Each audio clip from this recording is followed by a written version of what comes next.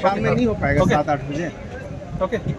हाँ। समाजवादी पार्टी से सांसद हैं इकरा हसन जी, मैम किस तरह से रिएक्ट करेंगी? आपने तो डिबेट में देखा है राहुल गांधी ने क्या कहा, प्रधानमंत्री ने क्या कहा, तो लगता है आपको कि महिलाओं को उनका हक अब मिल पाएगा या नहीं, या क्या देखती हैं पूरी डिबेट को इस तरह में? मेरी जो समझ में आया है कि ये जो सरकार है, विपक्ष ने 2023 में सरकार के साथ मिलकर महिला विधेयक को सर्वसहमति से पास कराया था। उस दौरान इस सरकार ने कहा था कि हमें 10 वर्ष लग जाएंगे इस बिल को पास कराने में। अगर सरकार की नीयत होती, क्या ऐसा काम नहीं है जो सरकार रातों रात नहीं कर सकती?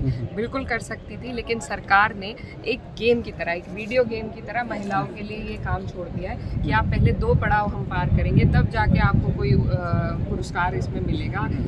तो एक प्राइज़ की तरह हमारे लिए छोड़ दिया है कि 2 ऐसे पॉलिटिकली चार्ज मुद्दे जिसमें पता है सरकार को कि पूरे देश में तनाव, संसद में तनाव, डिबेट इस कदर होंगे, उसके बाद कहीं ना कहीं जाकर महिला आरक्षण हमें मिल पाएगा। लेकिन तो ये सरकार की नीयत में खोट है। सरकार नहीं चाहती कि सीधे तौर पे हमें आरक्षण दे दें, नहीं तो क्या दिक्कत है? 533 सीटों में भी महिलाओं का 33% आरक्षण आराम से हो सकता है। आपने कल प्रधानमंत्री नरेंद्र मोदी को सुना, उन्होंने कहा है कि जो इसका समर्थन नहीं करेगा उसे महिला शक्ति दंड देगी। बिल्कुल नहीं देगी। महिला शक्ति बहुत बुद्धिमान है और जैसा कल प्रियंका गांधी जी ने भी कहा कि बार बार धोखे देने वालों को महिला पहचान लेती है।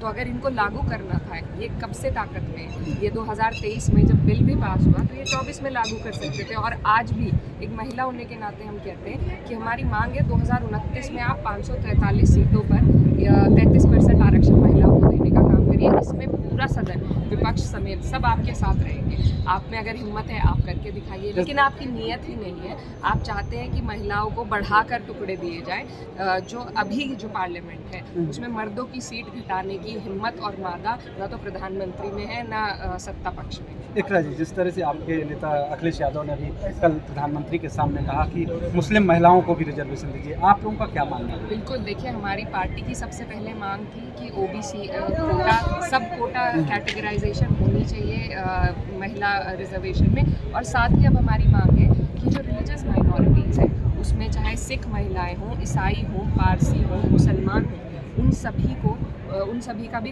कोटा तय करना चाहिए। क्योंकि जब ये और मुस्लिम महिलाओं के आरक्षण पे इन्हें बड़ी मिर्ची लगी।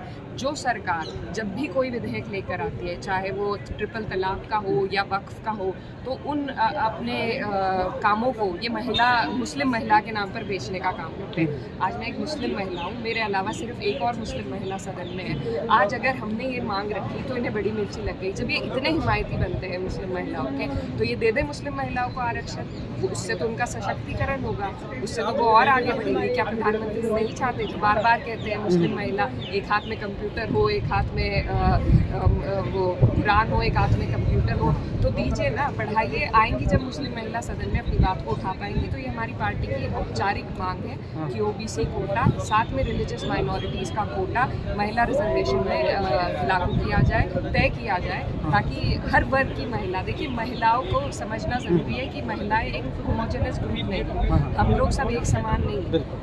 हर वर्ग, हर जाति, हर मज़हब की महिला अलग अलग अपने परेशानियों को झेल कर समाज में जी रही हैं। तो उनकी वास्तविकताएं अलग हैं और उन सब वास्तविकताओं की कदर करना हमारी जिम्मेदारी है। और कानून भी उन वास्तविकताओं के आधार पर बनने चाहिए।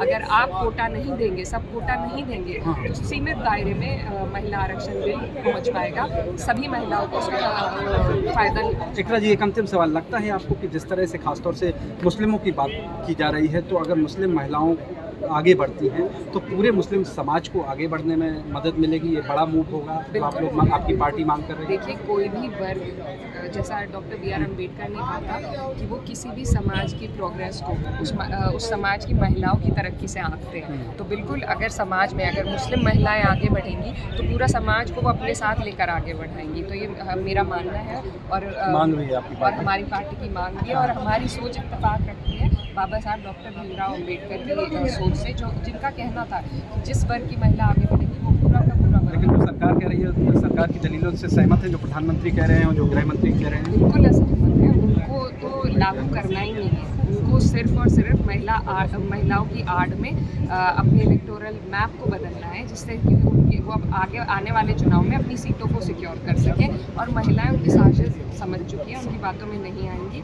और आज हम इस विधेयक को इस बिना पर कि हम इस देश का इलेक्टोरल मैप आपको बदलने नहीं देंगे, इस बिना पर हम इसे रिजेक्ट करेंगे। लेकिन साथ ही मैं ये भी स्पष्ट कर दूं कि 2023 वाला बिल इंटैक्ट रहेगा, स्टैंडिंग रहेगा। और हमारी मांग उसमें ये है कि 2023 के बिल को डीलिंक करके सेंसस और डिलिमिटेशन से क्यों इन पैतरों में महिलाओं को फंसा रहे, उनसे डीलिंक करके 29 में 33% आरक्षण 543 सीट पे देने का काम। बहुत धन्यवाद। तो जैसे इकरा जी कह रही हैं कि पैतरों में मत हमें फंसाइए, बल्कि जो हमारी मांगे हैं उनको मानिए। ब्रह्म प्रकाश दुबे, जी मीडिया, दिल्ली।